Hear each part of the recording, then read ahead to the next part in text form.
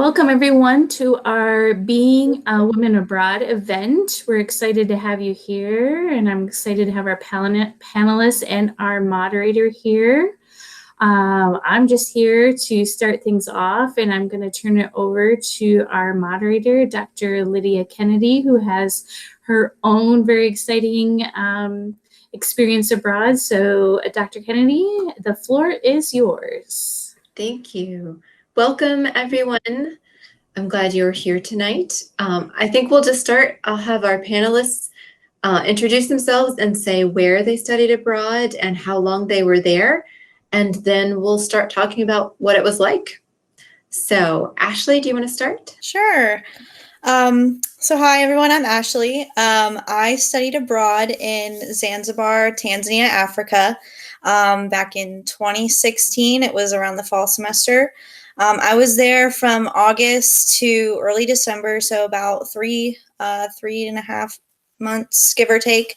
My experience there was absolutely life-changing. It was the best experience I've ever had so far in my life. When I was there, I studied coastal ecology and natural resource management. So it was a kind of a nice mix of marine biology, but also learning how to work with our environment, how to use our natural resources, and especially how that's done in different countries. So my experience was there's a lot of segments to it. I was in a homestay family. And the culture there was a Muslim culture. So I not only got to experience kind of like the religious side of that, I also experienced the Swahili culture, which is the African culture itself in that area. So Zanzibar was a really big melting pot. So it was a big culture shock for me to kind of, learn the customs there, as well as do biology and marine biology, which is what I originally set out to do. So it was an amazing experience. And I'm in a master's right now, hoping to go back at some point. So that sounds great. I look forward to hearing more about it. Brianna, do you want to tell us about where you were and how long? So, name is Brianna Sandy, obviously. I studied abroad in Morocco in spring of 2020, right when COVID hit the fan. So I was there for about 2.5 months. I had to leave in mid-March when everything started getting shut down. I'm a political science major, so I was studying immigration and transnational identity with SIT. I spent most of my time in Rabat, Morocco, which was our program home base, but I also got to spend a week and a half in Amsterdam in the Netherlands and travel around Morocco a little bit, both through my program and independently. I had a really incredible experience there overall. I think that it's also a Muslim country, so I got to come into contact with a very different culture than what we have here, religiously and just socially.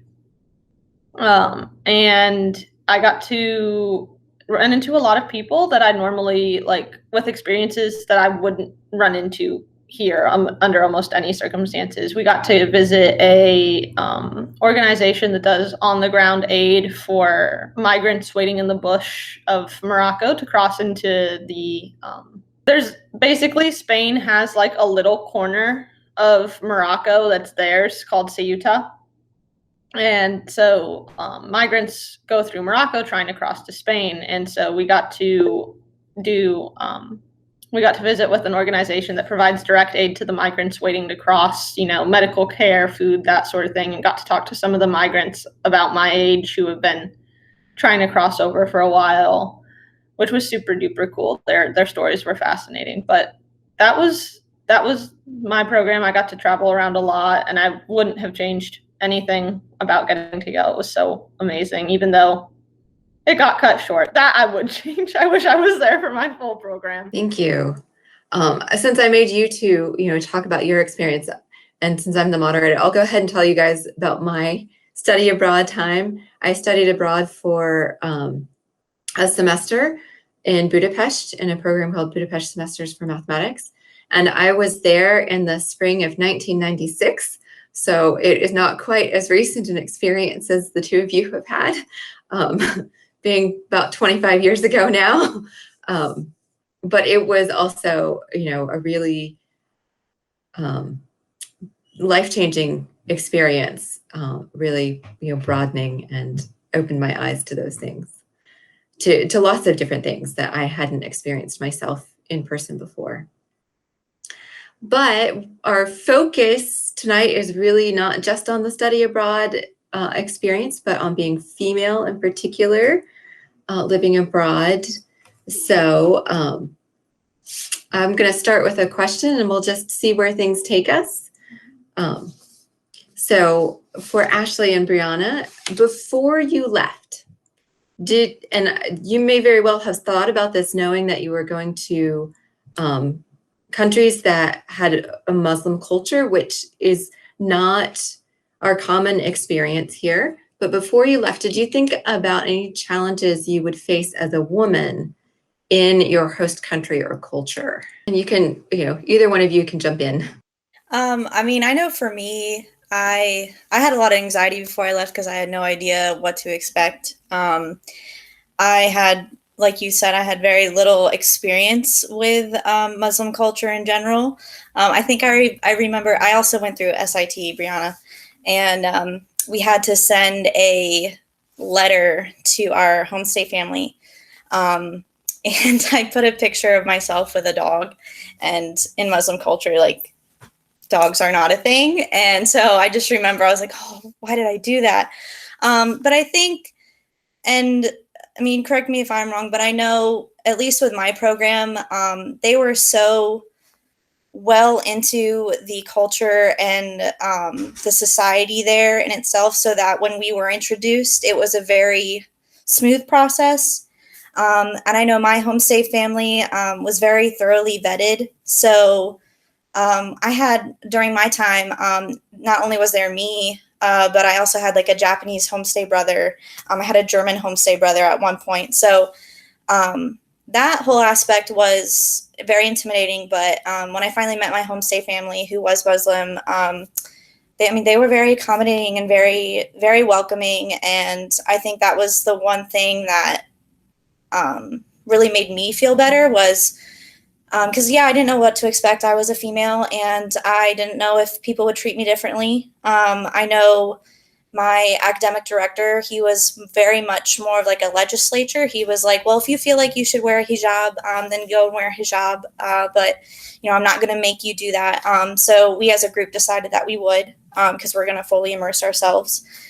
And it ended up being like a really great experience to immerse ourselves like that. And we from the people in Stone Town, which is where we were staying, a lot of them, they were able to recognize us immediately as, oh, those are students. Those are students. They're here to learn from us, and we want to help them and teach them, versus there was a lot of a westernized white people group that were there because of resorts. And so there was a lot of tension with those people, at least in that town, because to them they were like Wazungus, which are white people. They're like, oh, the Wazungus are here to take our money and to take our land, kind of thing. So it was very intimidating at first, because I thought they would not accept me. But like I said, my program was very, very good at immersing us in that culture, and my homestay family really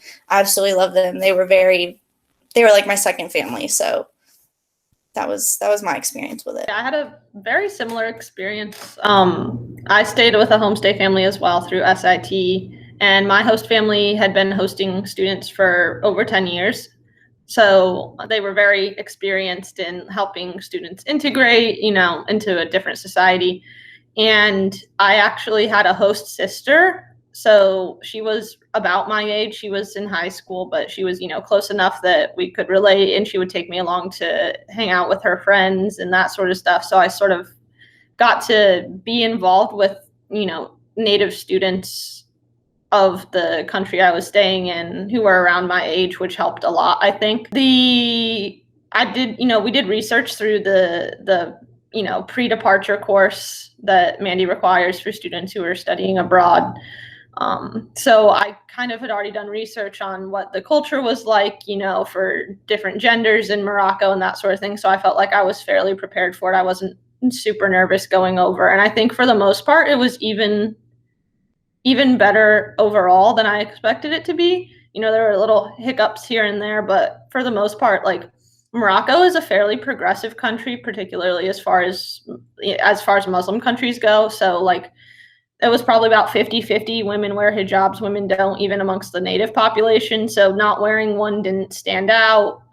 They were, tourists are held to a little bit of a different standard anyway. So as a white person, they don't typically expect you to be out and about wearing one unless you're in a sort of religious setting, which isn't the case in Morocco for the most part, except for the one mosque, because Westerners aren't allowed into the mosques unless you're Muslim. So I would say overall integration was fairly easy. The program had something to do with that. My host family had something to do with that. The research that we did through the Lighthouse had something to do with that. But it was a fairly easy transition, I think. And now that Audrey has joined us, we'll let her catch up. I'm so sorry. So Audrey, if you would start just by telling us about your study away experience, where you went and how long you were there, though, of course, we should also acknowledge that you are sort of a study away student anyway, as you're an international student in our program. But then after you have talked about, where you went and how long you were there, we were just discussing challenges that you faced as a woman in your host country, and whether you'd done anything before you left to think about challenges you might face. Okay, so that was the joke I always made before I left. When Americans were asking me, why are you going abroad? And I was like, I'm going abroad, like, because I'm already abroad. And they were like, I don't know, going crazy about this. But so I went to Japan, fall 2019. I was there for 5 months, from September to February. And I study political science over there, international relations in the East Asian part of the world. One thing that there was like 2 things I think of being a woman abroad. Like I learned there, one was just an experience. I think Japanese men are very shy, and they don't really, it's usually the Japanese woman that is going to go for the men, not really the man that goes for the woman, which is very different than like in our Western cultures. But when it comes to like Western women, like a white woman, they would go for us kind of, and they would not have any barriers, like they would just say whatever they thought, and that was quite something. But in the few words of English, but that was an experience right there. But the second thing, like the thing that I really learned there, is I was raised by a feminist mother, and I was always told like you gotta do whatever you want, you gotta get educated, have your job, make your money, like it's not the man that brings the money, it's like equal for both and all of this. And I went to Japan, and it's still a very old-fashioned way of seeing marriages. Is the woman stays at home, takes care of the kids, and the man is the bread maker. I forget the expression for this, but he's the one making money. And I was kind of shocked. And I talked to a lot of my Japanese friends that were my age and like female, and that's what they wanted to do. They wanted to get an education, work for a few years, and then find a husband and stay at home. And at first I was like, that's crazy. But now I'm kind of, that's the cool life. You just, go shopping, take care of the kids, like have a good time. So that is something I really changed my mind on. I'm not going to become a housewife, but that really opened my mind on this. When I was maybe a bit more judgmental of housewives before, I'm really not anymore. So all right, thank you. So I wanted to follow up back with Ashley and Brianna. Ashley mentioned that she had very happily worn the hijab while she was in Zanzibar, that it helped her to be accepted, I think it sounded like, and not be identified as a white tourist who just was there to take advantage. I wanted to ask Brianna, did you wear a hijab while you were there? It sounded like maybe you didn't. I did not most places. I brought a scarf for when I visited the one mosque that Westerners are allowed to go into, because out of like respect religiously.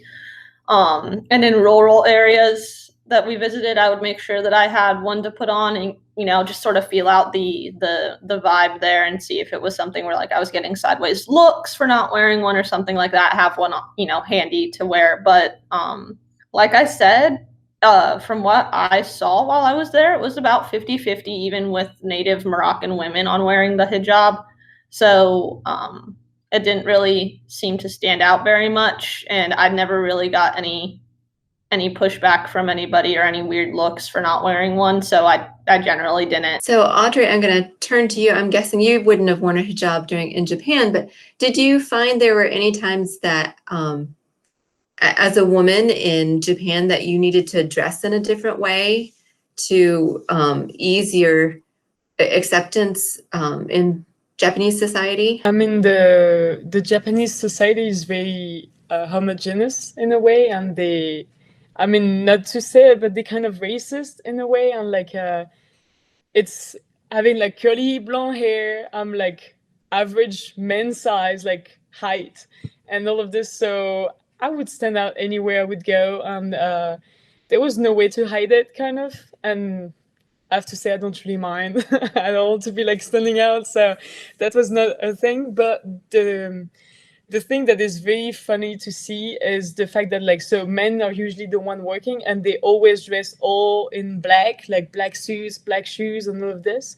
And I had a job when I was there because I ran out of money at some point. But and so I was the same. I was wearing the black suit and the black shoes because my job required that. But it was I really felt I was fitting in when I was going back from work to home, like in the subway with like everybody dressed like the same way. So I'm going to ask a couple of questions kind of combined, and I'll let any of the panelists respond.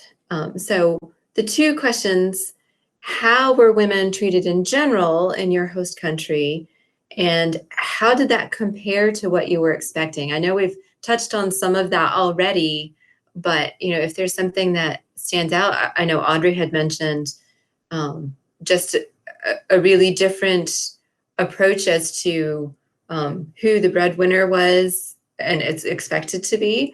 But if there were any other things that turned out to be completely different from what you expected, and how in general you felt like women were treated. I mean, I can start. I mean, so it was I knew that there was like same like the old-fashioned way of things, but the thing I was shocked about is same with the fact that the woman would go for the man and not the man to the woman, is that the men are way more quieter than the women. The women are kind of allowed to say whatever they think and like they can do whatever they want, when the men's are more shy and like they kind of look on what the other ones are doing and what the other ones are saying before talking and all of this. And I did not expect this, because I would say it's quite usually the opposite. Is the men can say and do whatever they want, and the women have to censor themselves in a way.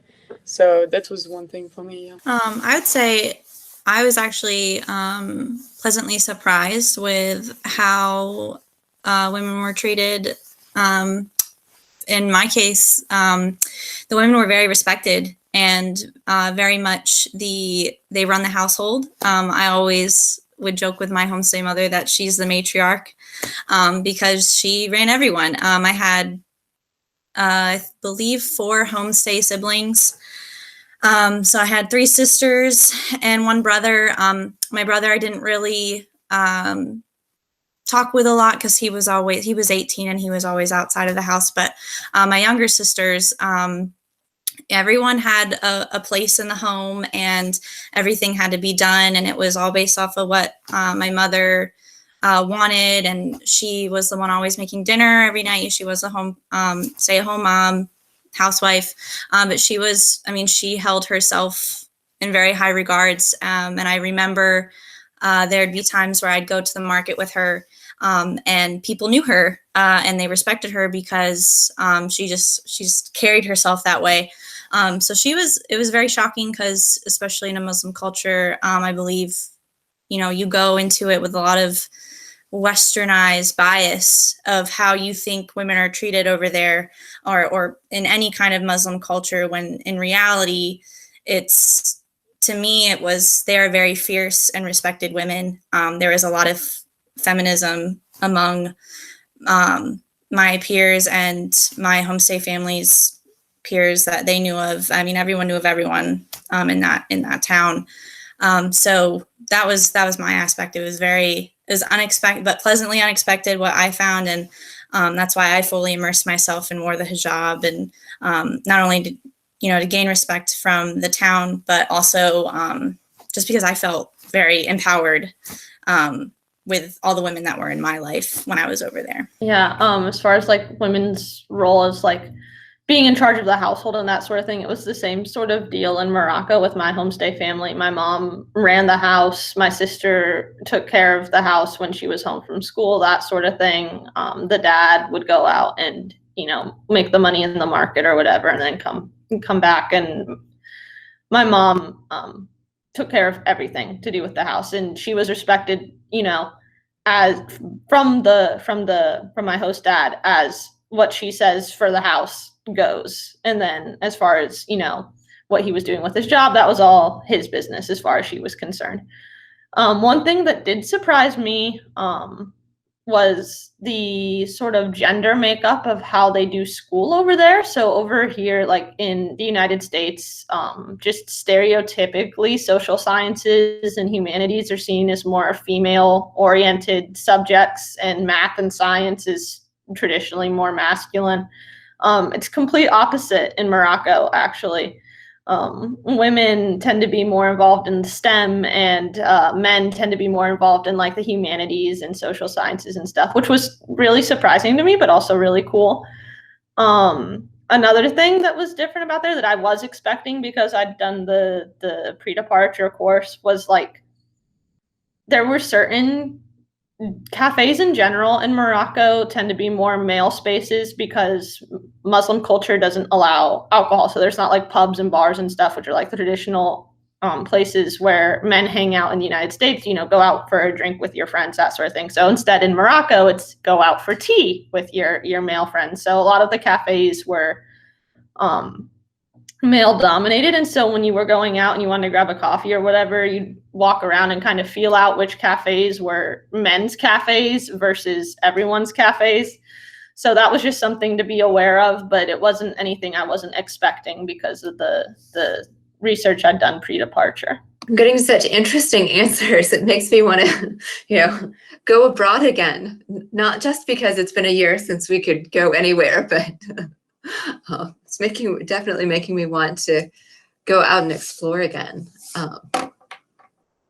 So I'm going to combine a couple of questions again. So thinking about challenges you might have faced as a woman in your host country, or just studying abroad in general, but also as you think about those challenges and tell us what stood out to you, whether you think that you as a woman had to make more of an accommodation to face those challenges than male students who were in the program with you, if you had other study abroad students who were there with you. I'll start again, sorry. I think I have the quite opposite to this question, just because Japan is said to be so safe. And of course, I think some of the numbers are not right, and it's kind of lower than it should be, but it's still a very safe country compared to France or to America, especially the relationship between male and female. Like I would go out at night and not be scared of being harassed by men, or like being just with my girlfriends and like being scared because there is no man in our group or things like that. It was the complete opposite. We felt like completely safe, and that was quite nice. I have to say. So I think that's something that I was not ready for because I'd never lived it before, but that was quite good. And I'm this kind of person that I do believe that being a woman is a power, kind of like. So I never see any struggle with being one. So Do you think any of the male students in your program noticed that aspect about being there, that the women could go out comfortably on their own? yes, we would talk about it a lot. So most of the people that were there, like the exchange people, were from Europe. So we kind of had the same view on all of this, and they were the same way. Because usually back home, like we would always bring guys. So guys know, like you always bring your girlfriends back home and things like that just to be safe. And we always have this mentality. So we would always try to always have somebody, but we all felt like free, and like they could tell as well. So that was pretty nice. I had a little bit of a different experience in Morocco. I would not say that it did not really feel any more dangerous being a woman there than it does here. But, I did experience harassment, particularly at night if you were out walking around, because most of the family men were back at home with their families having, dinner, because Moroccans have dinner at like 10 or 11 o'clock at night. So if you're out at night walking around, there was a decent chance of getting harassed. There was only really one incident that was where it really happened. We were out walking at the beach in Rabat, and we were in a mixed group with men and women. And we were out walking, and this group of young, I don't know, middle school age boys was following us and, making comments and that sort of thing. And they got more and more bold the more we tried to ignore them. They ran up and grabbed me and another girl,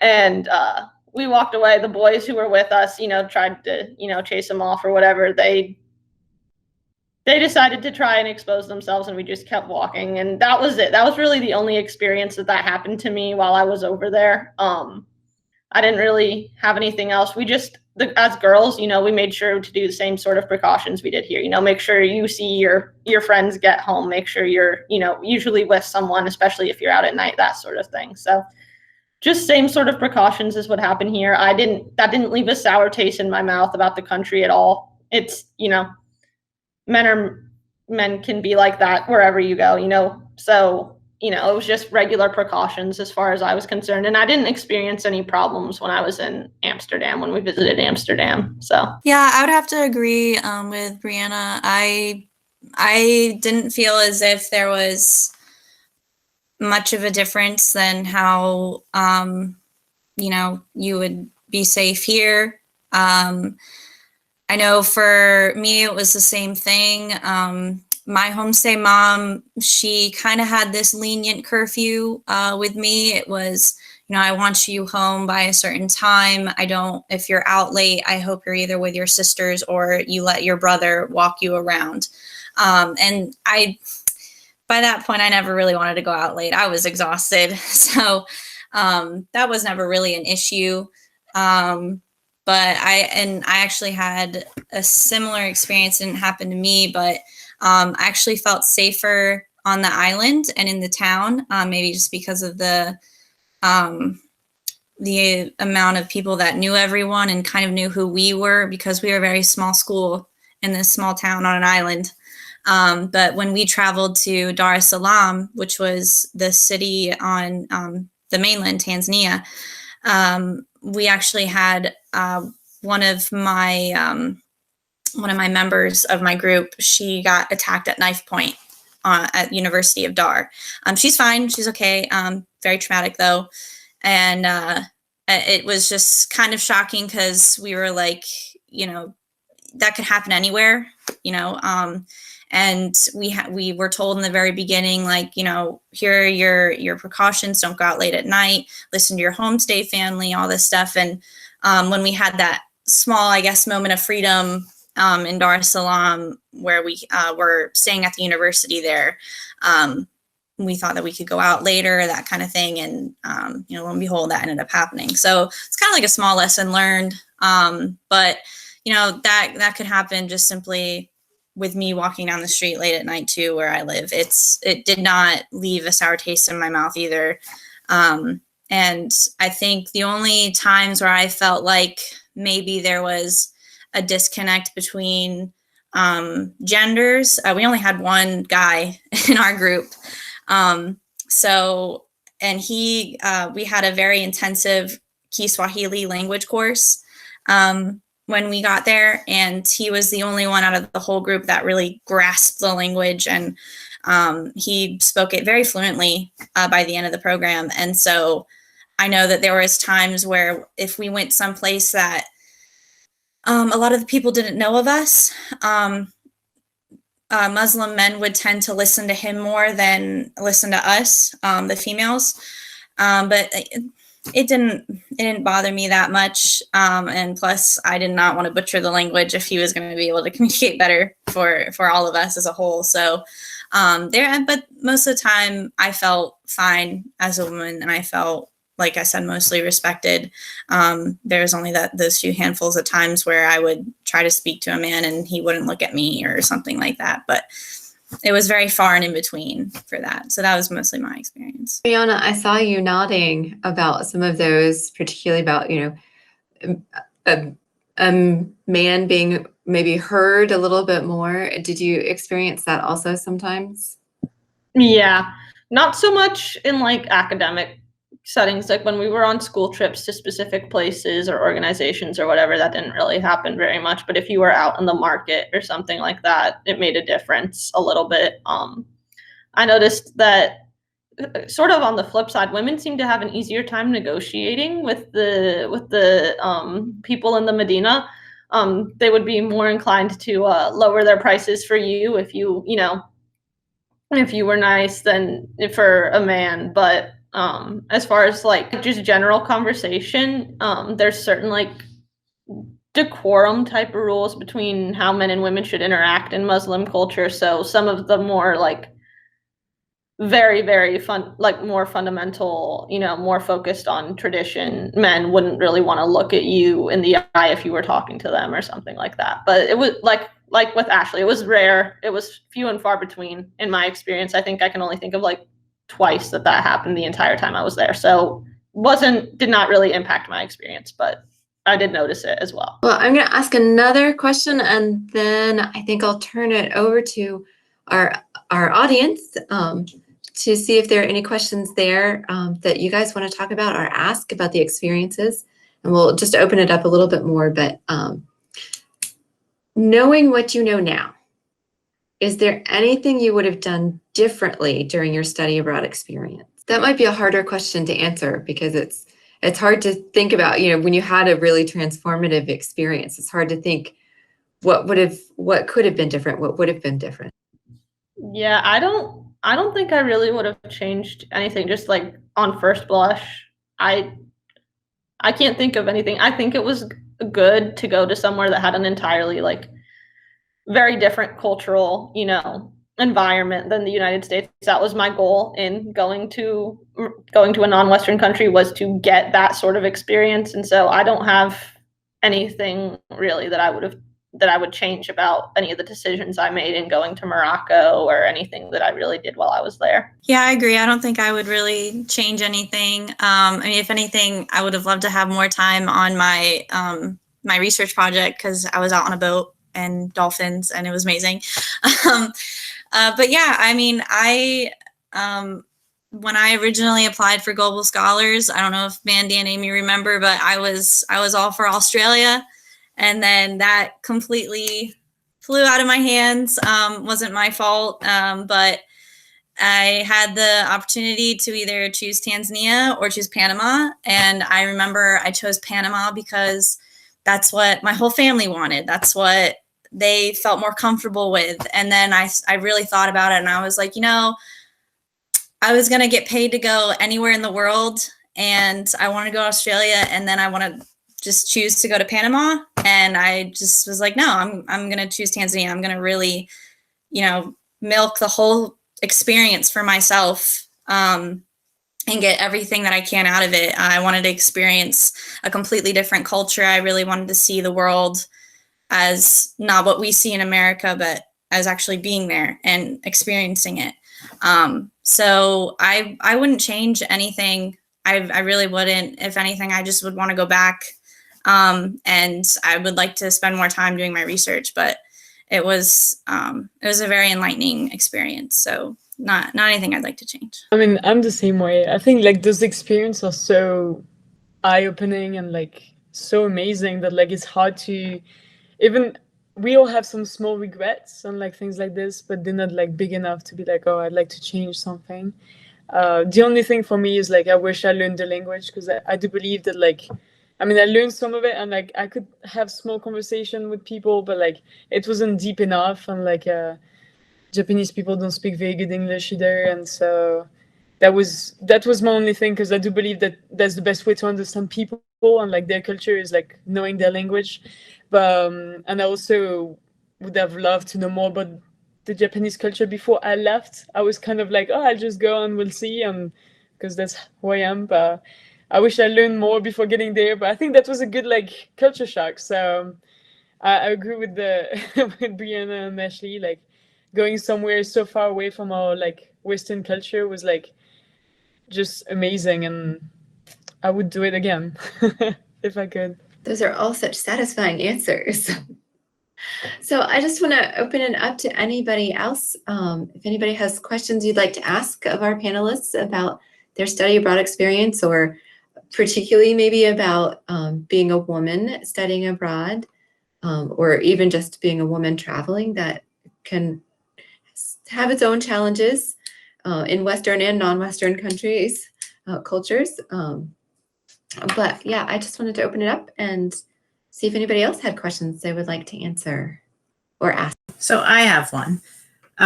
You guys spoke very, very eloquently and well about your host mothers and those of you that had homestays.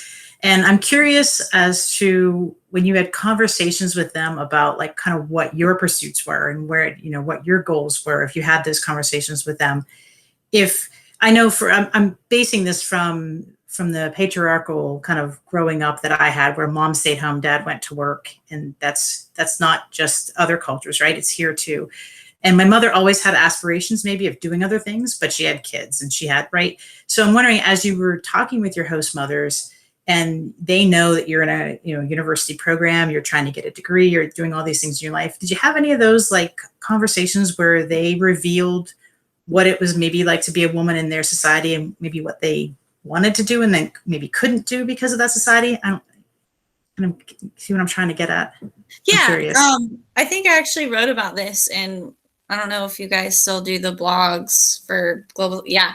But I know my mom, her and I became really close, even though our language barrier was really bad. Like I would try to have conversations with her in Kiswahili, but I mean, she did her best to speak English with me when she could. She actually used that as her opportunity to learn more English. But every night she would sit me down for dinner, and every morning I'd always have breakfast with her, just her for breakfast. So, but dinner time was like the family time. And I remember there was one time where I was waiting for my siblings to get there, and her and I were talking about what I like to do and what she liked to do. And she told me she always aspired to be a cook and have her own like restaurant. But in her society, I don't think it was that she never could. I think it was she has kids, and my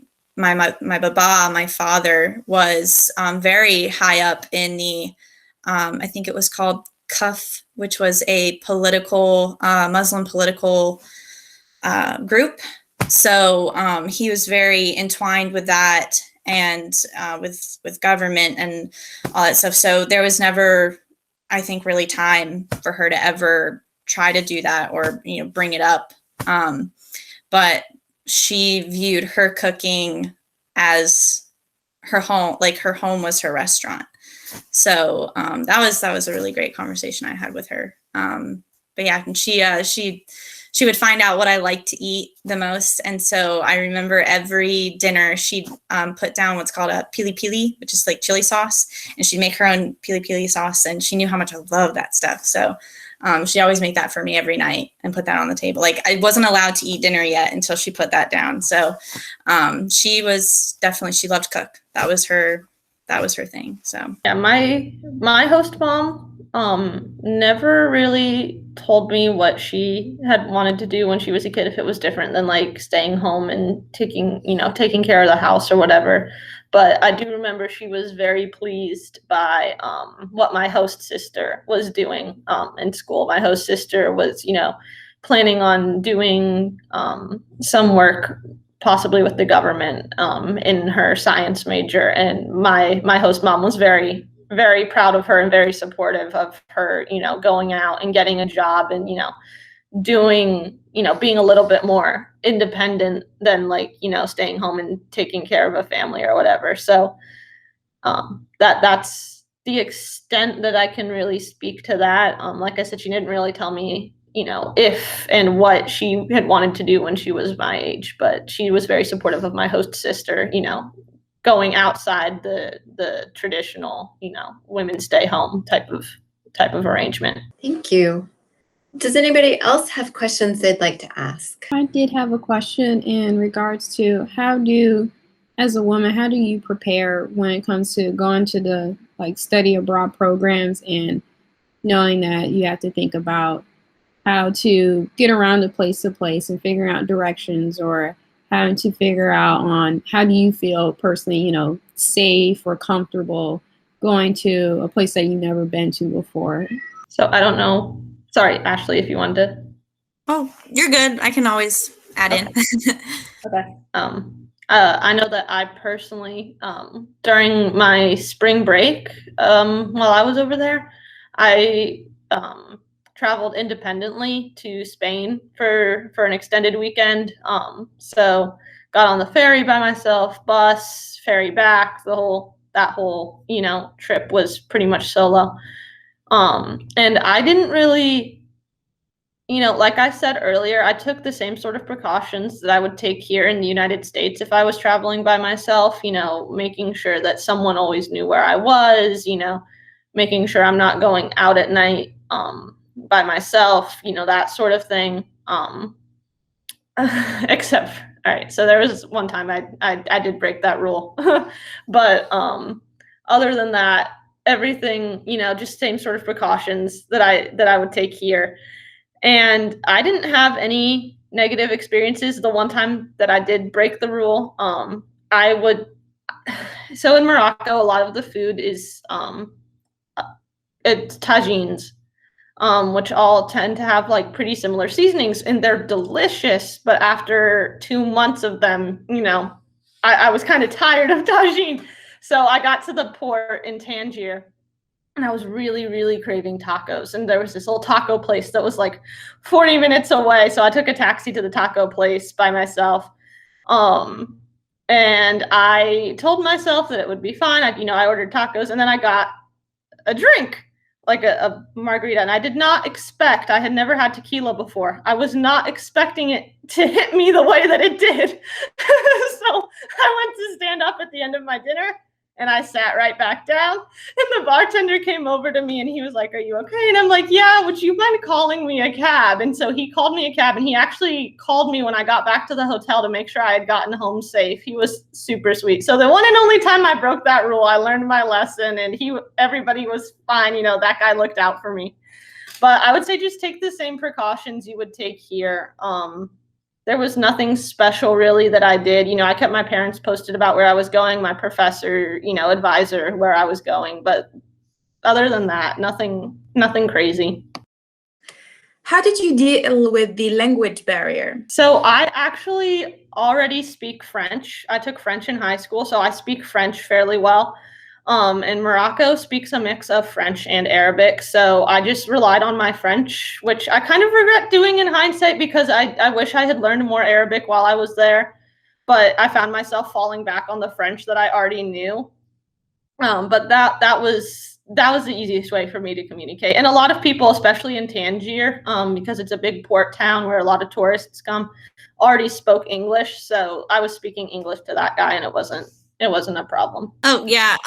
Just to kind of go off of what Brianna was saying, I mean, it's just treat it as if not it's a vacation, but as a, the same kind of measures that you would take being in the United States. I mean, I don't want to say like nowhere safe, but you got to have that realistic mindset that anything could happen. And I think it's a very good mindset to have when you're going into that, because it helps with you realizing, okay, like, let me trust my instincts. Like, let me make sure that, if I shouldn't go down this road at night, I probably shouldn't go down this road. It's not anything different than what you would do here, but going with the mindset that, a lot of these places, these programs are set in places where obviously there's not a civil war going on and stuff, like, we can't send you over there. But, still have the mindset that anything could happen, and, just be cautious, but still enjoy yourself. You can find a very good balance of doing that. I know for me, it was, if I did go out late at night, especially when my Japanese homestay brother Tashi was there, he'd always be my escort. Like, he was always like, hey, come with me. Like, we're going to go here. I'll make sure you get home okay. All this stuff. So that was really just for traveling and such. And it was good to gain that independence as well. Like, especially learning, once I really had a grasp of the language, mind you, I was more like, Audrey, I knew enough to get by and have small conversations. But I certainly wasn't fluent. But I remember, once our research project started, that was like a whole month of just us. So it was called an independent study project. So we were given a stipend. We had a mentor, and they let us fly away pretty much. And I remember when I traveled all over the island, it was all on my own. But, people there at least are very willing to help. And I'm sure you guys also experience that they're not all bad. They're very much willing to help. You just gotta, keep it in the back of your mind that you just gotta be careful at the same time. So that was mostly my take on, being a female traveling, and especially in that kind of culture. But it wasn't anything new to me, I guess, than what I would do here. And I agree with all of this. I do believe that sometimes we're and I think it's like a generational thing. Like, our new generation is more scared of others than previous one. And I think traveling is where you discover that we are human, and we all when you see somebody that is stressed, lost or something, there's always going to be somebody coming to help you. Mandy knows, and maybe others do, but I always get in bad situation, always something happening to me. But there's always somebody to save me. I'm very lucky, knocking on wood. But I think that's something that you learn, is that there's always going to be don't give your trust to anybody you don't know, but people that are from the country and know kind of what they're doing, they're always going to try to help you out somehow. And even without speaking the same language, we're pretty lucky nowadays with new technology. We get Google Translate and all of this. So I wouldn't feel scared to go and ask anybody. Usually when they realize that you're a foreigner, they're even more helpful than if you were somebody from the country. So yeah, I would say be careful, but no worries. I love what Audrey said, that traveling is when you really learn we're all human. I love that. That's a great. And maybe a nice high note for us to end on, unless anybody has other questions they'd like to ask. All right. Well, thank you to our panelists for sharing your experiences with us. And thank you to everybody who came. That, of course, made everything all the better. So happy travels to everyone when we can all travel again. Yes. And remember, we're all human.